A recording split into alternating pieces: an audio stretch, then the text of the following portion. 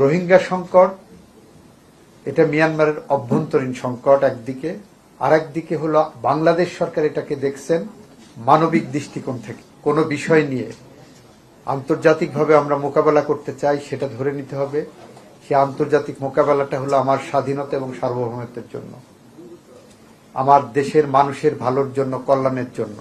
এই বাংলাদেশ 1971 সালে যে রক্তক্ষয়ী সংঘর্ষের মধ্য দিয়ে জন্ম নিয়েছিল, সেই বাংলাদেশের প্রতিটি মানুষের এই দেশের প্রতি একটা কর্তব্যবোধ আছে। সেটা আমাদের সাংবিধানিকভাবেই উল্লেখ করা আছে, আর্টিকেল 21 অব দি কনস্টিটিউশন। আন্তর্জাতিকভাবে আমরা কিভাবে এইগুলোকে মোকাবেলা করব, সেটা আমাদের সংবিধানের 25 অনুচ্ছেদে বলা আছে।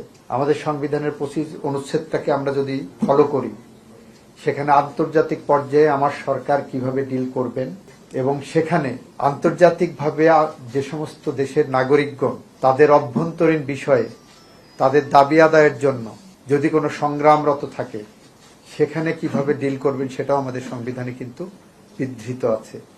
তো আমরা মনে করি রোহিঙ্গা সংকট এটা মিয়ানমারের অভ্যন্তরীণ সংকট একদিকে, আর একদিকে হলো বাংলাদেশ সরকার এটাকে দেখছেন মানবিক দৃষ্টিকোণ থেকে।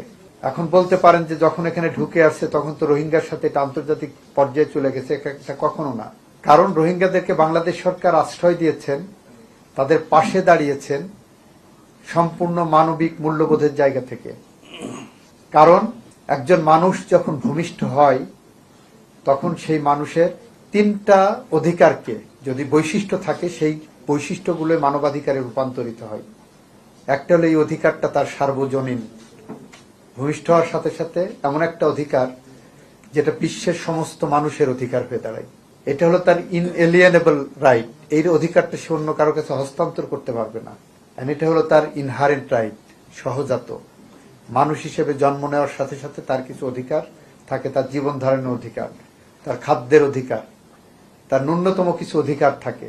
যখন এই রোহিঙ্গারা তার নিজ দেশে জেনোসাইডের শিকার হচ্ছে, তখন তারা জীবনের ঝুঁকি নিয়েই বাংলাদেশের বর্ডার ক্রস করে যখন আসে, তাদেরকে তখন বাংলাদেশের জনগণ যখন আশ্রয় দেওয়ার জন্য ইতিবাচক ইঙ্গিত দেয়, পাবলিক ওপিনিয়ন যখন আমরা মিডিয়াতে দেখি, তখন মানবিক দৃষ্টিকোণ থেকে আমরা তাদের পাশে দাঁড়িয়েছি। ফলে এইটা কখনোই আন্তর্জাতিক কোনো ইস্যু আমাদের সাথে মিয়ানমারের না, এই ইস্যুটা হলো মানবাধিকারের ইস্যু, হিউম্যান রাইটস দৃষ্টিকোণ থেকে আমরা দেখি।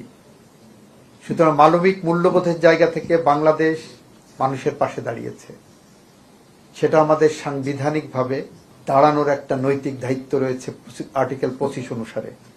তো সেখান থেকে আমরা বলছি, আমরা রোহিঙ্গা ইস্যুটাকে ন্যাশনাল ইউনিটের জায়গায় যদি আমরা নিতে পারি, তার অন্যতম একটা ফলপ্রসূ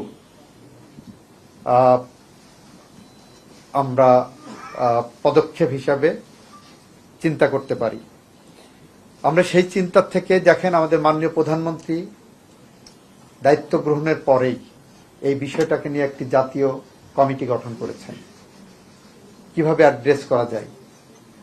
ডক্টর প্রফেসর তৌফিক সাহেব বলেছেন, এখানে সিকিউরিটি পার্সপেক্টিভটাকে বেশি গুরুত্ব দেওয়া হয়েছে।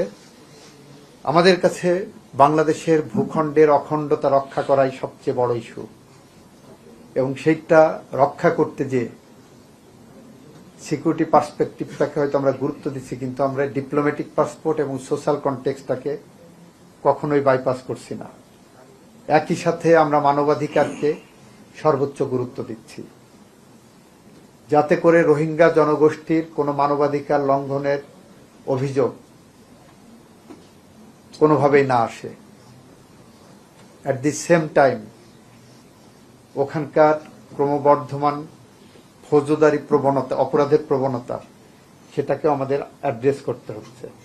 সব দিক বিবেচনা করে আমরা বিশ্বাস রাখি আমাদের মাননীয় প্রধানমন্ত্রী যে উদ্যোগ নিয়েছেন, সেই উদ্যোগের পিছনে আপনারা আপনাদের জায়গা থেকে সোশ্যাল প্রেসার গ্রুপ হিসাবে কিংবা আমাদের ওয়াচডগ হিসাবে আপনারা ভূমিকা রাখবেন, যাতে জাতীয়